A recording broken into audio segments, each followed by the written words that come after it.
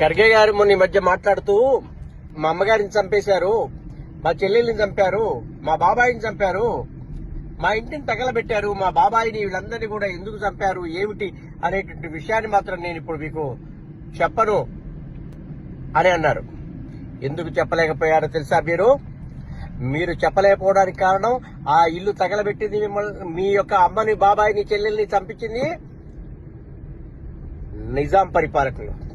నిజాం పరిపాలకులు చంపారు అని చెబితే మీకు ఎక్కడ ముస్లింల ఓట్లు పోతాయో, ముస్లింలు ఆ రోజు చేసినటువంటి నిజాం దాష్టికం ఎక్కడ తెలుస్తుందో, నిజాం దాష్టికం తెలిస్తే ముస్లింలకు ఎక్కడ కోపం వస్తుందో అని మీరు చాలా తెలివిగా చంపేశారని వదిలేసేసి వేరే వాళ్ల మీదకు ఈ యొక్క నెపాన్ని వదిలేటువంటి ప్రయత్నాన్ని చేశారు.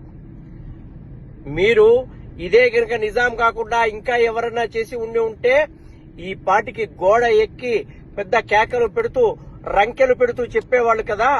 మరి ఈ విషయాన్ని నిజాం పరిపాలకుడు చంపాడని చెప్పేటువంటి ధైర్యం లేదా, దమ్ము లేదా?